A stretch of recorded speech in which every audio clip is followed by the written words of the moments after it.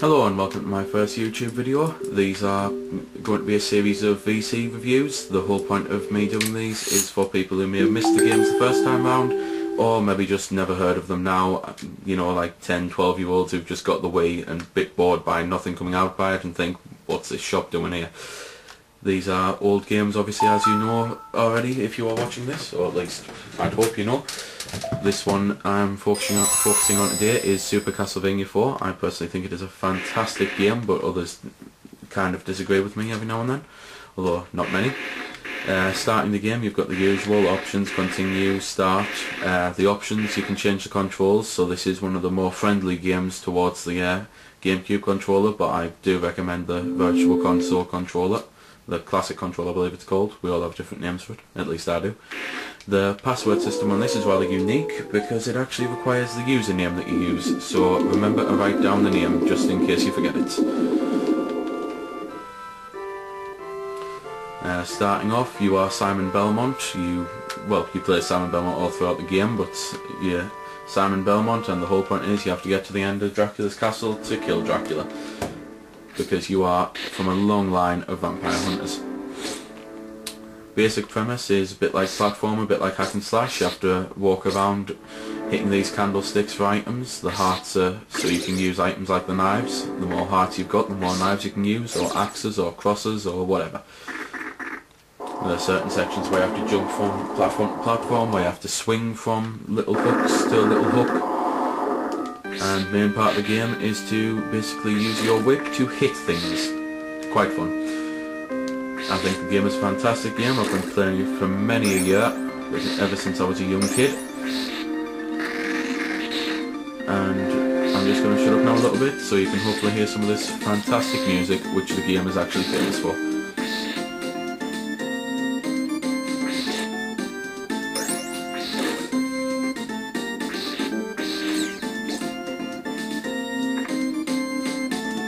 As I say, it's my first video, so I really hope that actually worked and that it wasn't just silence for 30 seconds. As you can see, the screen, well, as you probably saw, the screen flashed. That is because I collected an item which basically kills all the enemies on the screen.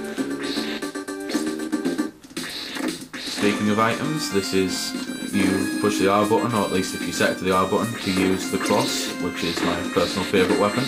The axe, as you can see, allows me to do things like that, so I can hit people from far away.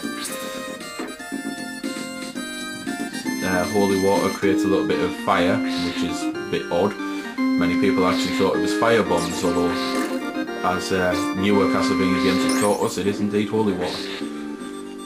I suppose that's why many people don't like being baptised. Maybe it hurts. The whole premise of the game here is basically, as you can see, go around killing people. Every now and then there are secret items in the walls, which is why I'm trying to hit them. You may have noticed earlier on a piece of meat fell out of a wall that I hit. Meat is obviously energy. You can get chicken legs or huge pot roasts. Pot roasts pretty much fill up all your energy, chicken legs fill up a few bits. At the end of every level you will face a boss, which is standard stuff really. You either face something like a Frankenstein or a mummy, or, sorry, Frankenstein's monster I should say, or a mummy, or even Dracula, even death to be fair. As you can see, falling down holes on this game hurts. Well, not just hurts, it actually kills you outright. And it's any small holes as well. If you've just climbed a staircase and you fall into a hole and you think, oh, it's okay, I'll just go down a level, nope, you die. So be very wary of the holes. Don't really know much else I can tell you about the game. As I say, the music is absolutely fantastic. The graphics for the time were pretty good. I mean, you may be looking at this now thinking, oh my god, that looks like, well, can't really see it, I'm trying to keep these reviews clean. That looks horrible, shall we say. But back in the day, this was actually a pretty good graphical game. You can get some amazing backdrops later on in the game. There's some really detailed boss characters too. It's just your character that looks pretty horrible. The game is pretty easy to begin with, but it gets hard pretty fast. I believe there are a total of 14 levels, I may have miscounted though, and as I say, the first few levels, like level 1, 2, 3, you'll probably breeze through them, but then after that there'll be sections where you'll be wanting to pull your hair out because of how hard it is. especially if you do what I've done, where every time you finish a level you die so you can get the password. Unfortunately, when you do that, you lose all of your items and all of your hearts and your whip upgrades and everything. You may notice that little 2 in the corner, that allows me to throw multiple items, so I will show you here. No, I can't, because the knives are that fast. Basically, with that you can throw knives faster, you can throw 2 at one time, you can throw the crosses 2 at one time. Without this item, then you can only throw 1 of the item. And I've said item far too many times, but I'm going to say it again because there is an upgrade to the item where you can get a 3rd one. Here we go. See, I've got fire there, and no, I've lost my, I forgot about that. Changing weapons actually loses your upgrade.